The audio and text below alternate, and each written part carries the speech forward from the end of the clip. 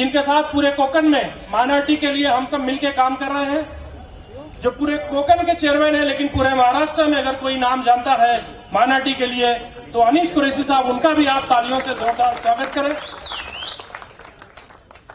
हमारे बीच में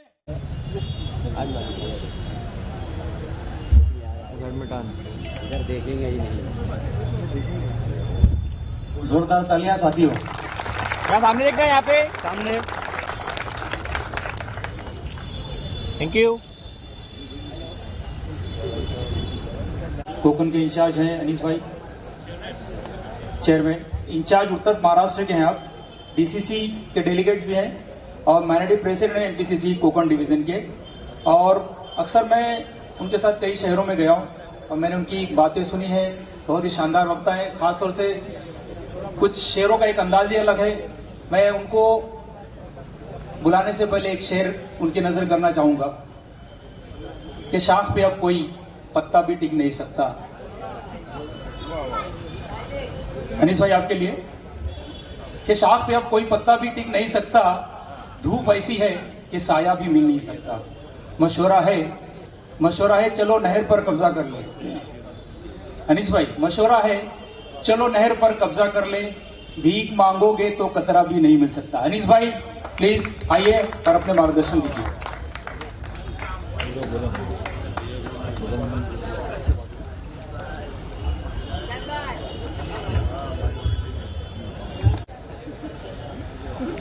भिवंडी शहर जिला कांग्रेस माइनॉरिटी डिपार्टमेंट की जानिब से आज के इस जलसे में डाइस पे उपस्थित जनाब शोएब गुड्डू साहब, हमारे बीच अजीम शख्सियत है। मुंबई के आप तारुफ कराया था इकबाल जी ने। हमारे दोस्त, हमारे बड़े भाई, काफी अच्छा काम करते हैं। बीएमसी में कॉर्पोरेटर भी हैं और मुंबई रीजन कांग्रेस अखिलती शोबे के सदर भी हैं जनाब बब्बू खान साहब। उसी के साथ मेरे साथी जो आज की काफी देर तक निजामत कर रहे थे, काफी अच्छी तकरीर कर रहे थे, हमेशा आप लोग उन्हें सुनते रहते हैं। अपनी तकरीर में उन्होंने कहा कि शोएब भाई ने जो है कुछ खूबियां देखी और प्रवक्ता भिवंडी शहर का बनाया।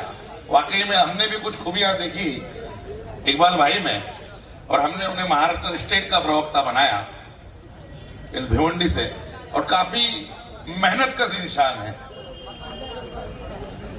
एक जज्बा जोश दिलों में लेके चलते हैं। उसके साथ काफी मौजूद हजरात यहां पर थे। पप्पू राका मेरे दोस्त, मेरे साथ में यूथ कांग्रेस में काम कर चुके हैं। मेरे साथ थाना से तशरीफ लाए, एक बहुत ही तेज तरार उनका भाषण हुआ, एक जोश जिसके लिए वो कुटुंब ही जाना जाता है, इंदी से कुटुंब। ऐसे हमारे रमेश इंदी से साहब, साथ में फादर जो है मेरे साथ में चर्च के, और फादर एनटी थोरात जो है 40 पास्टर, 40 फादरों के हेड है, उनके हाथ के नीचे ट्रेनिंग की है। ऐसे कोकण में ही नहीं, महाराष्ट्र प्रदेश पे वो जनरल सेक्रेटरी के रूप में हमारे साथ काम कर रहे हैं।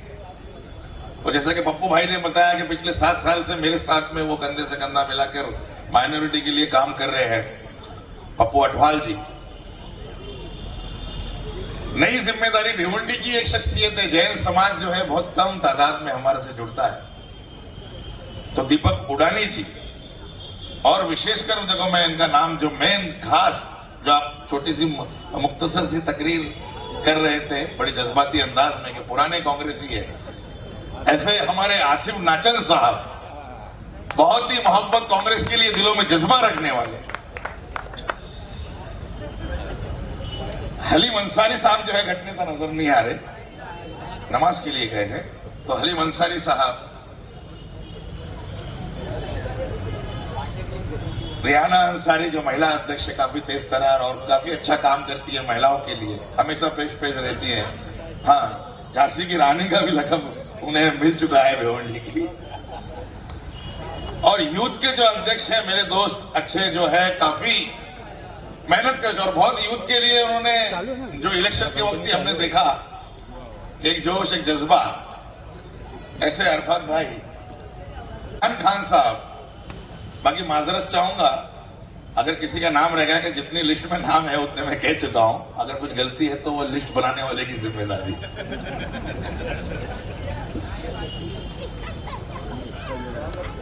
मेरे दोस्तों, सबसे पहले तो दो शख्सियत की तस्वीर यहां पर लगी है।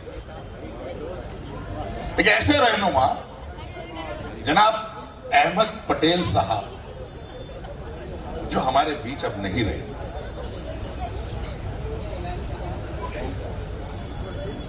मैं अहमद पटेल जी के लिए काफी जगह शोक सभा का आयोजन पूरे भारत देश में हुआ, हर सूबे में हुआ और हर समाज के लोगों ने किया। जो एक छाप अपनी काबिलियत के दम पर अहमद पटेल साहब ने पूरे भारत देश में कर दी कि सदियों में ऐसा नेता अब आने वाला नहीं है। आज कांग्रेस पार्टी ही नहीं, अक़लियतों को एक सरपरस्ती जो है हमारे सर से उड़ गई, जो सिर्फ पार्टी ही नहीं, सरकार ही नहीं, एडमिनिस्ट्रेटिव में, यहां तक कि इंडस्ट्रीज में भी अपनी ताकत, अपनी छाप रखने वाला और बिना सामने आई काम कर देने वाला ऐसा व्यक्ति हमारे बीच से निकल गया। दूसरी शख्सियत जावेद खान साहब, वो भी महाराष्ट्र की एक अजीम शख्सियत जिसने तालीम के लिए जितना काम किया है, मैं बोलता हूं कि ऐसा काम महाराष्ट्र में हो नहीं सकता। जो शुरुआत ही उन्होंने की। बस इन अशारों के साथ मैं अपनी खिराज अकीदत उनके लिए पेश करता हूं कि इल्मो अदब के एक सुकनवर चले गए, जो थे हमारे बीच वो गौहर चले गए, और जाने से उनके आज सभी को है गम अनीस, अफसोस अपनी कौम के रहबर चले गए।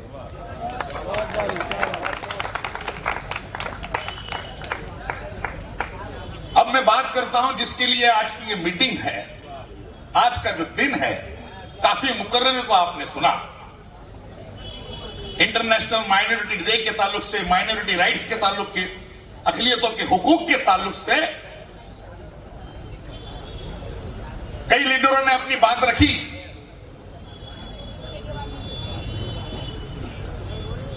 अंतर्राष्ट्रीय अल्पसंख्यक दिन जो है यह 18 दिसंबर को मनाया जाता है, और अल्पसंख्यकों का जिक्र तो संविधान में भी आया है। जब ये देश आजाद हुआ, जब ये मुल्क आजाद हुआ, तो तमाम कौमों को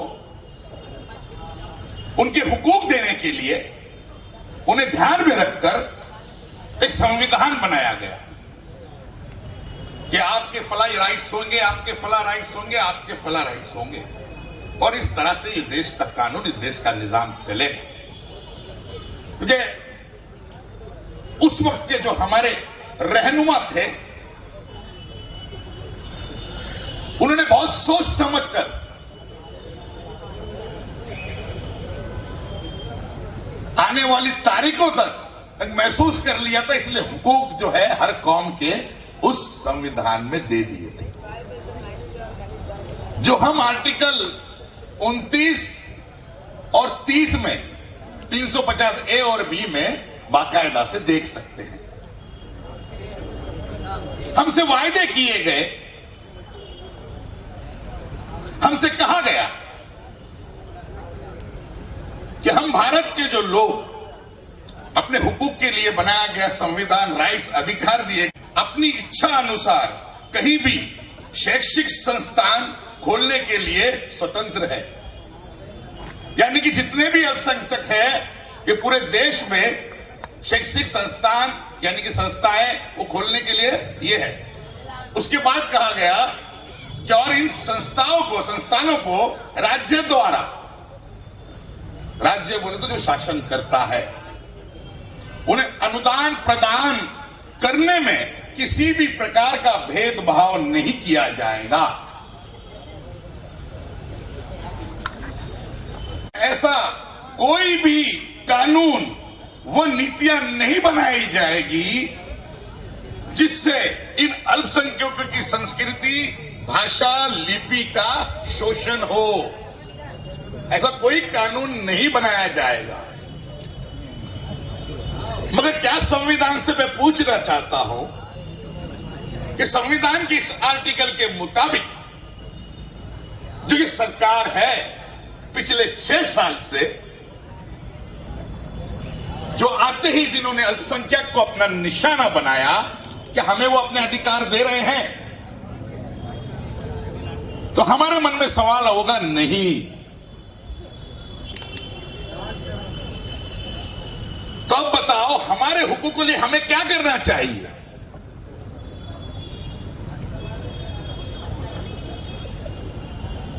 तो मेरे दोस्तों, हमें इत्तेहाद जो है अपनी कौम में, और सिर्फ अपनी कौम में, मुसलमानों में ही नहीं, अल्पसंख्यक समाज में जितने भी धर्म जाति के लोग आते हैं, चाहे वो मुस्लिम हो, क्रिश्चियन हो, सिख हो, बौद्ध हो, ईसाई हो या जैन हो, जिसकी अलग अलग संस्कृति है, अलग अलग भाषाएं हैं, अलग अलग लिपि है, और यही तो इस देश की खूबसूरती है, इसकी सुंदरता है। अगर इसे बरकरार रखना है तो हमें एकजुट होना होगा। मैं हमेशा कहता हूं कि माहौल को देखकर कि तहजीब जो संभाले वो सरदार कौन है, इस तख्त ताज का यहां हकदार कौन है? नफरत का जहर घोल दिया किसने हिंद में, बदली हुई फिजा का गुनहगार कौन है?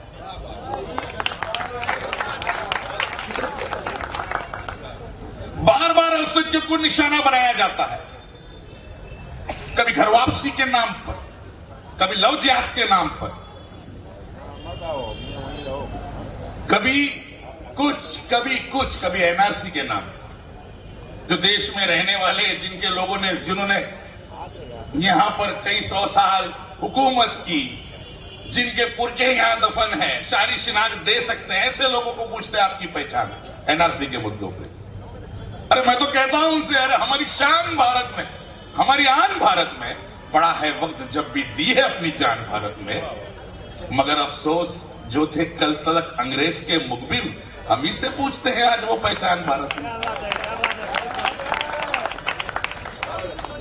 तो इन छोटे लोगों से हमें लड़ना है अपने हुकूकों के लिए, और एक होकर लड़ना है। जैसे कि बीजेपी आरएसएस की सरपरस्ती में, मैं खुलेआम बोल रहा हूं, उनकी सरपरस्ती में चलने वाली तंजीमों ने इन 6 सालों में जितना आतंक मचाया है, चाहे वो यूपी में हो, बिहार में हो, महाराष्ट्र में हो या और कहीं हो, उनकी सरपरस्ती में चलने वाली तंजीमों ने मॉब लिंचिंग करके निशाना बनाया गौर गरीब लोगों को। एक नफरत का माहौल पूरा खड़ा करके रख दिया है। जहां देखो पूरे भारत देश में नफरत ही नफरत दिखाई होती है। और इन नफरत को देखते हुए जब मेरे मन में अशार आते तो मैं कहता हूं कि नफरत का चलन तो यहां बेहिसाब है, चारों तरफ ही देश में हालत खराब है।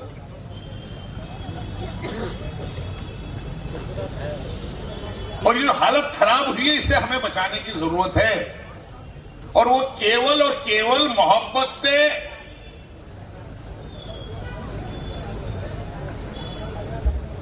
मोहब्बत के सिवा हम इस माहौल को बदल नहीं सकते। हमें अपने आप में भी तब्दीली लाना पड़ेगी, आपसी मनमुटाव को भूलना पड़ेगा। शिकायतें हैं, पार्टी से शिकायतें रहती हैं, हर एक के दिनों में कुछ ना कुछ है, शिकायतें रहती हैं कि भाई कांग्रेस में भी ये गलतियां हुई। मगर मैं पूछना चाहता हूं, इन 60 सालों में, 70 सालों में इस संविधान के धागे को मजबूती से अगर किसी ने पकड़ के रखा तो वो कांग्रेस पार्टी ने पकड़ के रखा। आज तमाम कौमों को, तमाम जातियों को, तमाम प्रांत को, तमाम भाषाओं को, तमाम वर्ग के लोगों को एक मोती की मानंद माले में पिरोकर अगर किसी ने रखा तो वो कांग्रेस पार्टी ने रखा। अगर नहीं रखते तो ये घर कब का टूट के बिखर गया होता।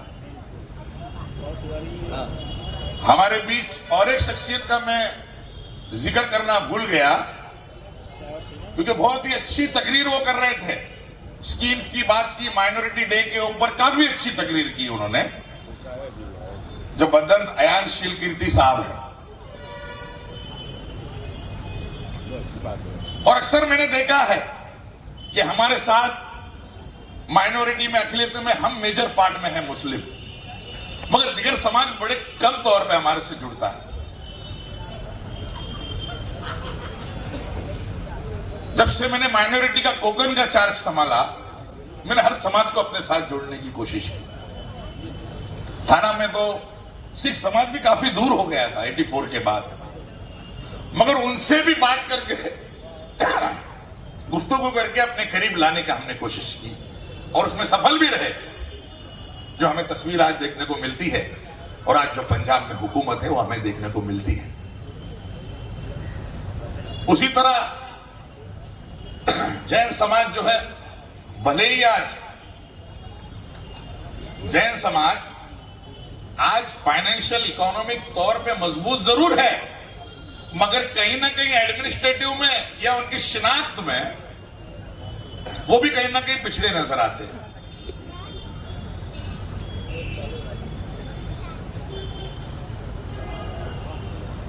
क्योंकि मकसद है लोगों का।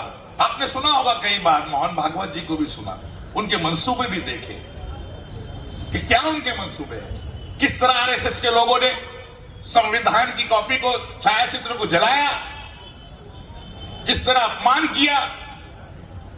और ये आज पहली बार नहीं किया, उस वक्त 1956 में भी उन्होंने किया, राष्ट्रीय ध्वज को जलाकर उसका अपमान किया। 52 साल में किया।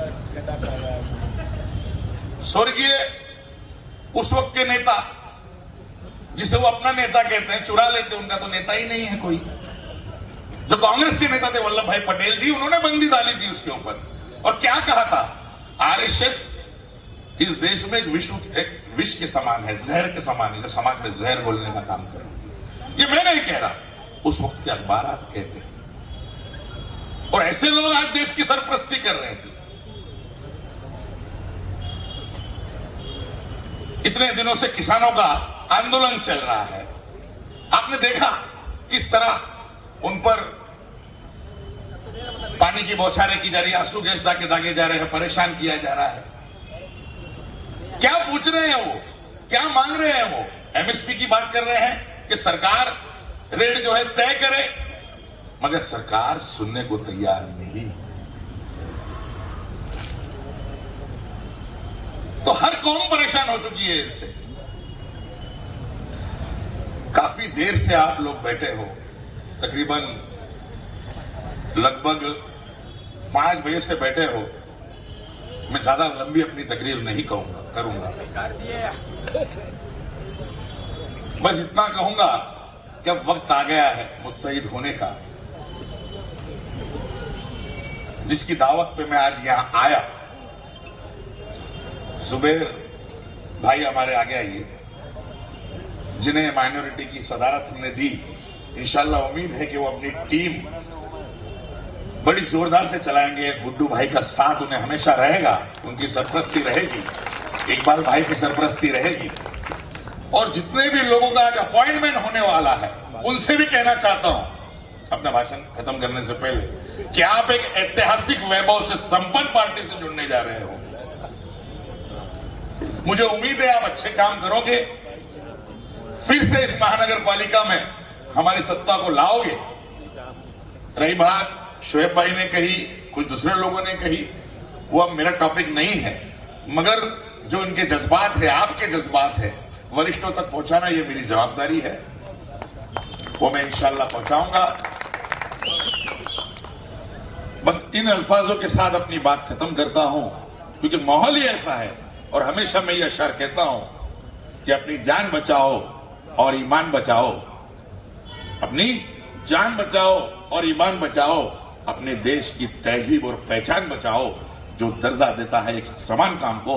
बाबा साहब का वो संविधान बचाओ। शुक्रिया, जय हिंद, अल्लाह। बहुत ही शानदार अनीस भाई, बहुत बहुत